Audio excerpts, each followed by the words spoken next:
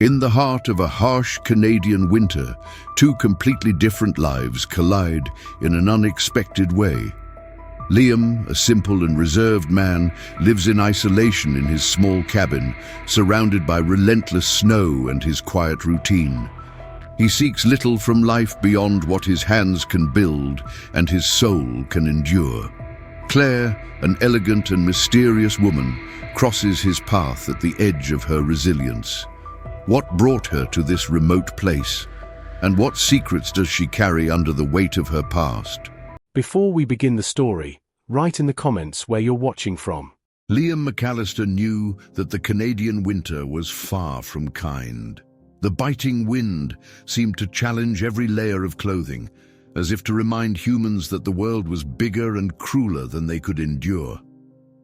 He walked with his head down, his boots sinking into the snow that had piled up on Toronto's sidewalks.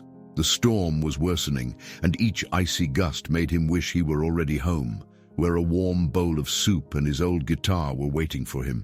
And then he saw her. At first he thought it was just another heap of snow carelessly piled on a park bench, but something about it seemed wrong. A glint, perhaps a piece of fabric or a strand of hair, caught his attention and he stopped. Hesitation. Instinct told him to keep moving, but something stronger held his feet in place. He took one step, then another, until he finally saw what was in front of him. A woman curled up, almost buried in the snow. Her body was stiff, like a statue, as if the cold had captured her in a moment of vulnerability. Her blonde hair was tangled, and her face was nearly blue. "Hey!" Liam called, but his voice sounded weak against the roar of the wind. He approached her, shaking her shoulder. "Can you hear me?" No response. Liam knew enough to understand that time wasn't on her side. Without a second thought, he shrugged off his heavy coat and wrapped it around her as best as he could before lifting her into his arms. She wasn't large, but she was completely limp, making the task more difficult. The deep snow resisted every step as he carried her to his old pickup truck parked at the corner. Inside the vehicle, Liam cranked the heater to full blast.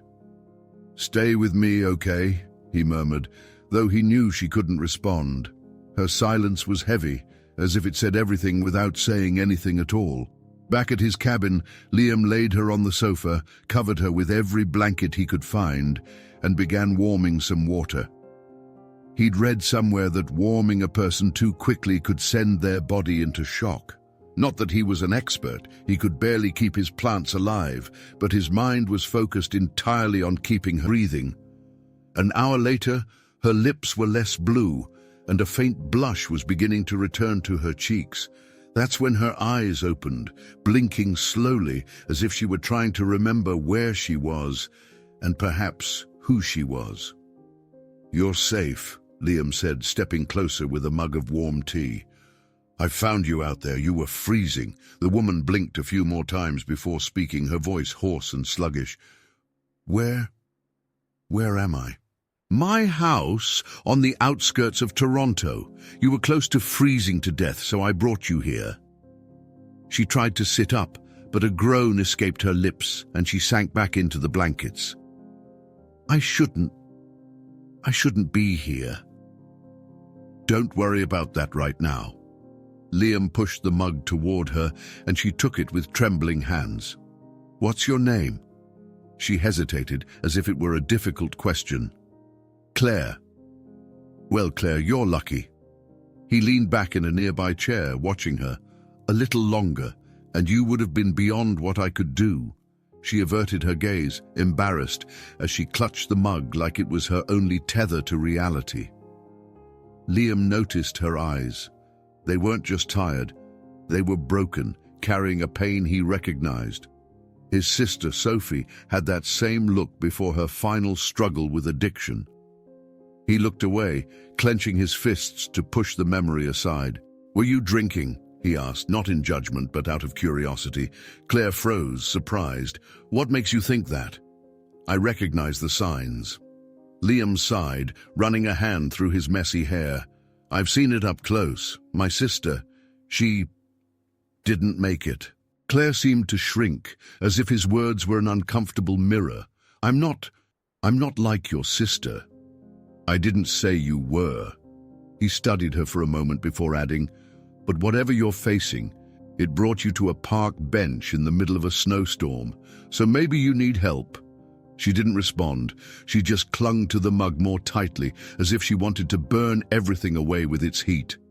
Liam sighed again and stood. Stay here. Rest. When you're ready, we'll talk. And as he walked away, Claire watched him, realizing, perhaps for the first time in a long time, that she had found someone who didn't want anything from her.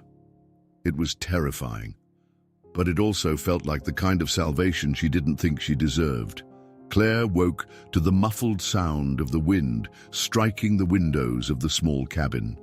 The scent of fresh coffee filled the air, and the comforting warmth of a heavy blanket wrapped around her. For a moment, she didn't know where she was. It felt like being suspended between two worlds, the chaos she had left behind, and this strange, almost disconcerting calm. Liam was in the kitchen, stirring something in a pot. He seemed oblivious to her presence until she tried to get up, making the floorboards creak softly. "Good morning," he said without turning around. His voice was firm but gentle. "No need to rush, it's still snowing outside." Claire nodded but couldn't bring herself to say anything. She felt out of place, like a wrong piece in a puzzle. She slid her feet off the sofa, trying to compose herself. "There's soup on the stove," Liam continued. "You look like you could use something warm." Her voice came out low and hoarse. "Thank you." He simply nodded and went back to the pot. Claire noticed that the cabin wasn't much, but it was cozy, rustic but functional. The shelves were lined with tools and small woodworking projects. An old guitar rested against a chair, and the air carried a subtle scent of varnish mixed with the aroma of the soup. "You don't have to do this, you know," she said suddenly, surprising even herself. "Do what?" He finally turned to her, eyebrows raised. "Take care of me. I don't deserve it." Liam frowned, not in anger, but as if he were trying to understand what she meant. He walked to the table and set a bowl of soup in front of her. "Everyone deserves help when they need it," he said calmly. "You had some bad luck. That doesn't make you undeserving." Claire wanted to argue. She wanted to shout that he was wrong, that she had put herself in this situation. But the words wouldn't come. Instead, she picked up the spoon and took a sip of the soup. It was simple but comforting. After a few minutes of silence, Liam spoke again. "Why were you out there?" Claire swallowed hard. I don't know. It was a mistake." "A mistake that almost killed you." He pulled out a chair and sat across from her. His voice held no judgment, but it left no room for evasion either. She looked away. "I was trying to escape something." "And what was that?" Claire sighed, gripping the bowl as if it could anchor her to the present. "Myself. My life." She paused, the words feeling heavier than they should. "I went through a divorce. It was ugly. I lost my footing after that. Alcohol helped numb the pain until it didn't anymore." Liam nodded slowly, taking it all in. "I get it. Do you?" She looked at him, challenging. "How could someone like you understand something like this?" He leaned back in his chair, crossing his arms. "My sister, Sophie, she used things to numb herself too. Drugs, in her case. She lost control before anyone could do anything about it. So, yeah, Claire, I understand more than I'd like to." The silence that followed was heavy. Claire didn't know what to say. She hadn't expected to find someone who shared a pain so similar to hers. "And you?" she asked after a moment. "How did you deal with it?" "I didn't," Liam admitted, his voice low. "I just kept going. Worked more, thought less. There wasn't any point in dwelling on something I couldn't change." Claire noticed a weariness in his eyes. something that went beyond the snowstorm or the effort of carrying her the night before. It was the weight of someone who had carried guilt for far too long. "It wasn't your fault," she said, the words slipping out before she could stop them. "I know," he replied, though without much conviction. They both fell quiet again, each lost in their own thoughts. Finally, Liam stood. "I'll be out in the workshop. If you need anything, just call." He stepped out into the cold, leaving Claire alone. She looked around, feeling small and out of place in the simple yet welcoming space. Liam's gesture had been an act of kindness, but it was also a painful reminder of how far she had fallen. As the day passed, Claire began to wonder if this cabin, this chance, could be a starting point. Perhaps she didn't have to return to the life that had broken her. Perhaps she could start over, quietly, humbly, but she knew it wouldn't be that simple. The wind had eased, but the snow still fell, silent and steady, as if the world were trying to whisper a secret. Claire stood in the doorway of the workshop, watching Liam work. The scent of freshly cut wood filled the air, and the rhythmic sounds of the hammer and saw were almost hypnotic. "Do you do this every day?" she asked, breaking the silence. Liam looked up, holding a piece of wood. He brushed the sawdust off his hands and shrugged. "It's what I know how to do. Keeps me busy." Claire crossed her arms, still feeling out of place. "Busy with what?" He stopped, as if unsure how to answer. "With the emptiness, maybe." She bit her lip. It was an honest response, and she didn't know how to handle it. "I know how that feels," she said after a moment. "I know you do." He returned to his work, as if the conversation were the most natural thing in the world. Claire stepped into the workshop, feeling the warmth from the small heater in the corner. She looked around, taking in the little details. A shelf lined with neatly organized tools, pieces of wood waiting to be shaped. On the wall, there was an old photograph. Two young people, a much younger Liam and a girl with short hair and a shy smile. "That's her, isn't it?" Claire asked, pointing to the picture. Liam followed her gaze, and the silence that settled between them was almost tangible. "Sophie?" Claire hesitated but stepped closer. "Do you miss her?" "Every day." He leaned against the workbench, crossing his arms. "I always think about what I could have done, something different. Maybe I could have saved her." "What if you couldn't?" Claire replied, faster than she intended. "What if there was nothing you could do?" Liam raised his eyebrows, surprised by the intensity of her response. "I say that because it's something I ask myself all the time," she continued, her voice trembling. "About my marriage, about how I ended up where I am. I keep trying to figure out where it all went wrong, what I did wrong, and what I could have done differently." He stayed quiet for a moment. Then he said, "We always think we had more control than we really did." Claire let out a humorless laugh. "Easy for you to say." "No," he countered. "It's not. But it's true." The silence stretched, but this time it wasn't uncomfortable. Claire picked up the photo of Sophie and placed it back where it had been. She was beautiful. Liam smiled, but it was a smile weighted with sadness. She was. As he returned to his work, Claire continued to watch him. There was something about him that intrigued her, this mixture of quiet resignation and unyielding determination. She felt, somehow, that he understood the depths of her chaos without judging her for it. Later that same day, while Liam was chopping wood outside, Claire began exploring the house. It wasn't large, but every corner seemed to say something about him. A stack of old books sat beside the bed. A guitar rested against a chair. A worn toolbox, though clearly well cared for, was tucked neatly in a corner. That's when she found a folder in an open drawer. She hesitated, but curiosity won out. Opening it, she found invoices, rough project sketches, and a letter. Liam McAllister, we regret to inform you that your renovation loan application has been denied. Claire frowned. It was a formal, curt letter rejecting his request for funding to renovate the workshop. She kept flipping through the papers, discovering detailed calculations and sketches of improvements he clearly wanted to make but couldn't afford. She quickly closed the folder when she heard the door open. Liam walked in, rubbing his hands to chase off the cold. "What are you doing?" "Nothing," Claire replied, perhaps a little too quickly. He glanced at the folder on the table and then back at her. "You saw, didn't you?" "I didn't mean to. I didn't know."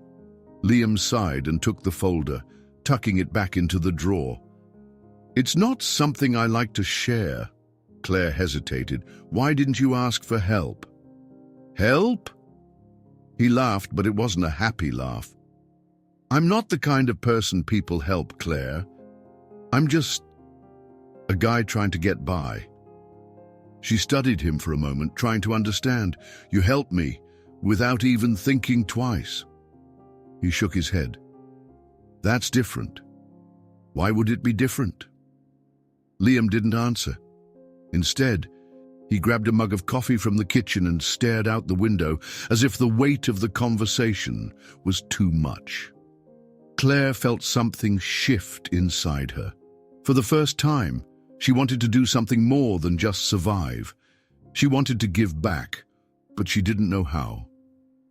As the silence settled again, Claire realized that the storm outside seemed to have finally passed, but the one within her still raged on.